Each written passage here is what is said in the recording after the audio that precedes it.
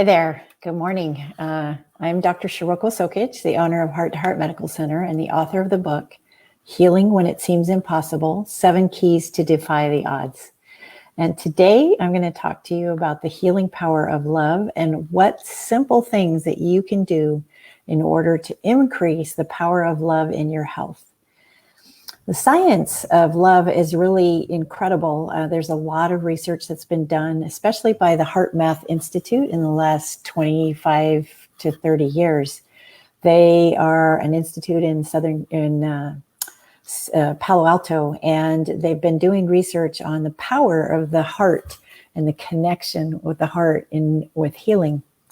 And they've shown that when you focus on love and when you bring more love into your life, and when you, there's a thing called heart coherence, and they have a device called an M reader or something like that. And you can actually meditate by focusing on your heart and opening your heart. And there's a thing called heart coherence where your breathing and your heart come into sync. And there's this whole, like the science behind that shows it lowers blood pressure, it lowers other health issues, and is an amazing way of focusing on your healing.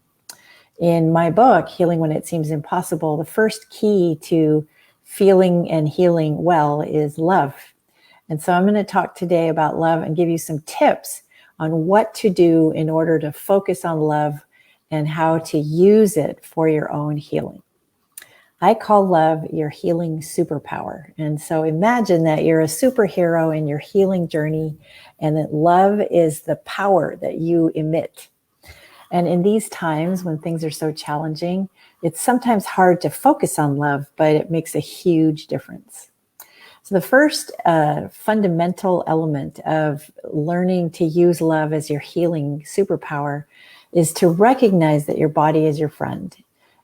A lot of times when we're stressed or we're sick or we're not feeling well, we think that our body is our enemy and that it's doing bad things to us.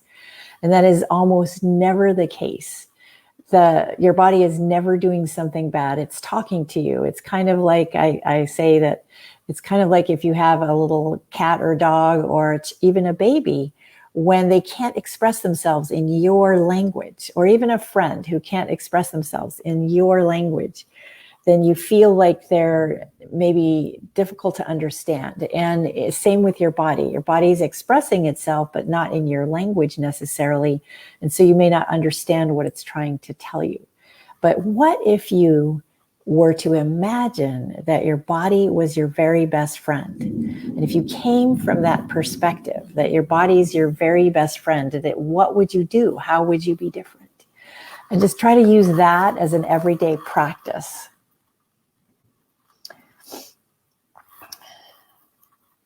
The next thing that I want to talk to you about is to start, so one of the tips that for how to do this is to start a practice of self-love every day. Now, sometimes you may find that it's hard to love yourself every day because you may feel disgusted with something or some element. And so if you have a hard time focusing on loving yourself, what you can do is to start by loving someone else. So any kind of focus on love in any way, shape, or form will help you to feel better. And so if you, let's say you have a dog or a cat, if that's your only focus of love, then focus on your dog or cat. Or children, if you have children, then focus on your children by loving them more. Or your partner or your spouse. Any kind of love will make a difference because love has an energy sort of like a boomerang. So if you put your love energy out into some space, into the world or to somebody or to yourself, then it will come back to you and it will help you feel better.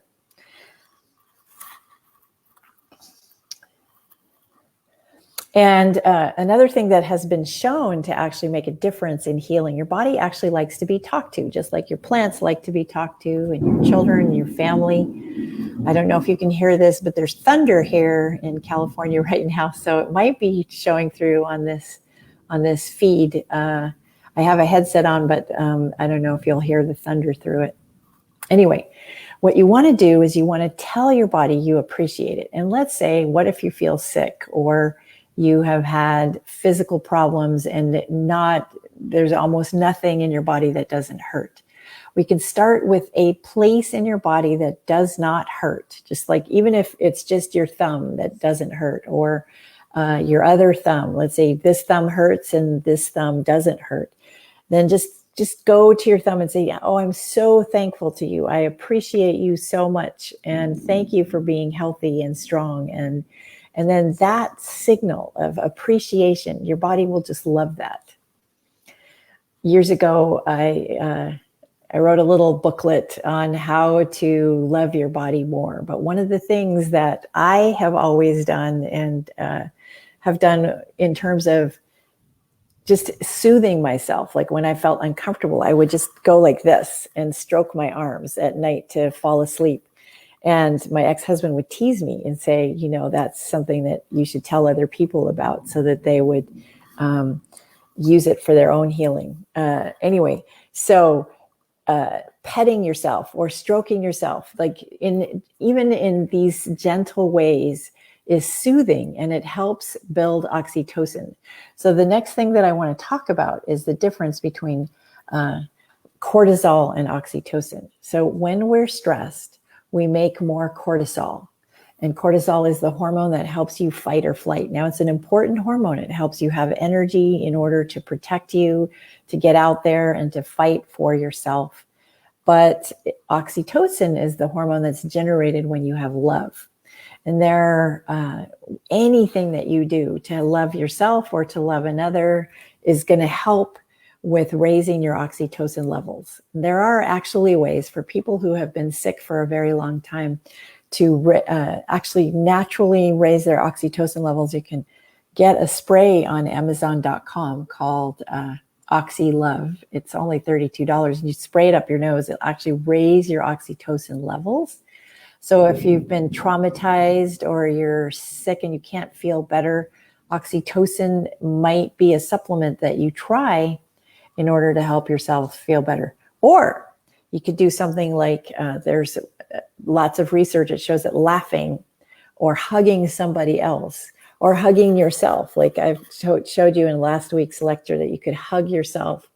Or you spend some time laughing. I like to watch comedy before I go to sleep every night in order to make myself laugh. Because if I'm laughing, then there's all that feel-good energy. And oxytocin is increased when you're laughing or hugging or doing something that feels good. So keep in mind, feel good.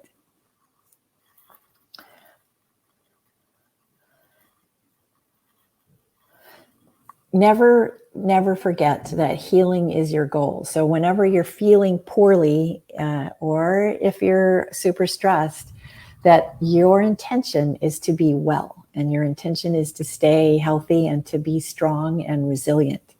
And the more you remind yourself of that, you see, it's sort of easy for us to focus on the negative and to think about all the things that are going wrong. I have that same habit myself. Like when people ask me how I am, the first thing that comes to my mind is all the stuff that's not working. And it takes a bit of exercise, a bit of practice to focus on the stuff that is working and the stuff that's going well. And to keep in mind that the things that are working for you are most important. I just read an article actually put out by Heartmath, and they were talking about how to handle the news these days.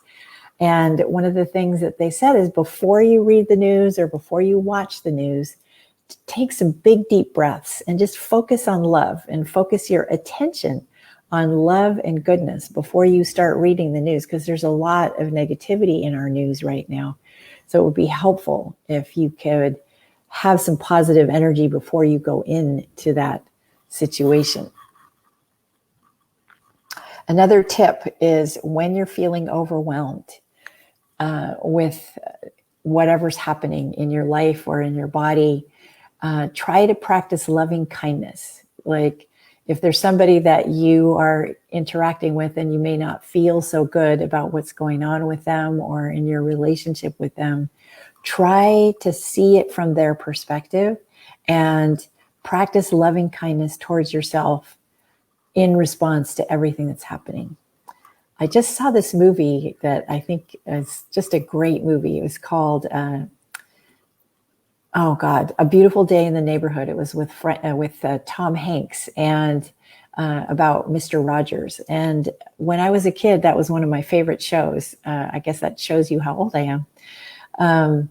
But his show was a remarkable show for the time that it was on the air because it focused on helping children deal with their emotions.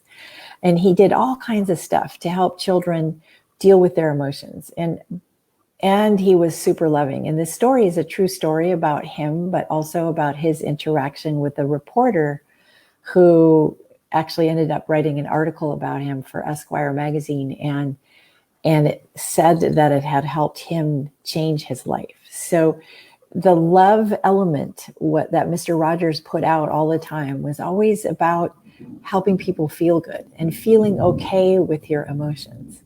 So try to focus on loving yourself or another person.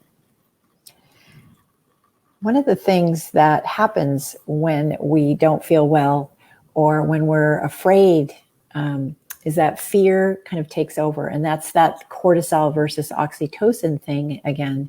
So when you are afraid, cortisol is what's pumping through your system. And when you're focusing on love, oxytocin floods your system. So it's not entirely like a seesaw, but it is kind of like a seesaw. So like focus on love, you have oxytocin, focus on fear, you have more cortisol. Now, cortisol, again, is essential. You need it at certain points, but you don't need it to be there all the time. So one of the things that you can do when you're starting to feel more overwhelmed is to shift your focus. Shifting your focus could be like, okay, you're focused on this negative thing and it's making you feel like overwhelmed and stressed. Well, take your focus towards something else. So you could focus on the food that you're eating, or focus on a beautiful flower, or focus on an article that you're trying to write, or some thing that has to do with work, but just kind of like take your focus away from the thing that's stressing you out and put it on something else. Another thing that happens when you feel afraid is that it's hard to breathe. So one simple thing that you can do when you're feeling afraid is to just breathe, to take a few deep breaths. And this is again from Heartmath, but the science shows that when you focus on just breathing in to a count of 5, out to a count of 5, you can breathe in and hold it for a few seconds and then let it out again to the count of 5. Just a few deep breaths can make a huge difference in how you feel. So whenever you're starting to feel overwhelmed, you could just take a few deep breaths, or give yourself a hug and take a few deep breaths. That will help. Another thing that has been shown with some studies to be helpful is to focus on one thing. So a lot of times when we feel anxious or overwhelmed, we are focused on many, many different things and many possible eventualities. And what you can do is to just take one of those sensations that you're having. Like, let's say that you feel like your heart is beating really fast. So just pay attention to your heart beating really fast and take some deep breaths and just feel that. And if you feel like then just keep paying attention to it, just that one sensation, until it calms down. And it will calm down. It usually takes up to 90 seconds at most once you pay attention to just one sensation. Then you can go to the next sensation and then take some deep breaths and feel that sensation. Let's say you have butterflies in your stomach or something, and you just focus on that. Just feel that sensation and see where it takes you. No other attention, just that one area to focus on. Another element that you can do in order to calm yourself down when you're feeling afraid. So I have a lot of patients who come in with mystery illness in my office, or symptoms that they don't know what they're about. And so they could feel anxious, or they could be really afraid, or a lot of people may fear a particular disease. Right now we're dealing with COVID and a lot of people are afraid. And it's hard in the case of COVID to actually find what the facts are. So this is a difficult thing, but try to do your best to check the facts from the experts that you respect, from what they are saying and what they are doing and what they're suggesting. And then follow that guidance. Let's say you're feeling like maybe you have symptoms and you're afraid that you might have the virus, then go get tested. If you have various other health issues and you don't know what the cause of those issues is, being afraid of that symptom is worse than going to get tested. So whenever my patients have symptoms and they're afraid of whatever those symptoms are, I send them to go get tested and to figure out, well, is this really a problem that we need to worry about? So that's another thing that you can do to calm down fear, is like once you've checked the facts. And one of the things that you could check with COVID is really, what are the facts? Like, how many people really have it here in your community, wherever you are? And what is the cause of people getting the virus? And there's certain facts that have come out over and over and over again. Wearing a mask, keeping social distance, those things, washing your hands, those 3 things seem to be well documented and seem to be recurrent advice that people are receiving. So you could just follow that advice and then do what it takes for you to feel safe. That's what you need to do. Okay, so if you have any questions, let me just check and see. Okay, I don't see any questions. So I'm just going to leave you with there's a little book that I wrote. It's free. You can just get it. And it has all of these exercises that I've suggested: how to balance your energy when you're feeling overwhelmed, how to use love as a tool for your healing. Remember that love is your healing superpower. And here's a link to buy my book if you'd like to. It's available in Audible and on Kindle and as a paperback. Okay, I hope you have one more thing I wanted to say. This is very, very important. And this is a community that I'm speaking to. So one of the most important things is really to feel connection. Our heart is actually wired to connect. And this is scientifically shown, okay?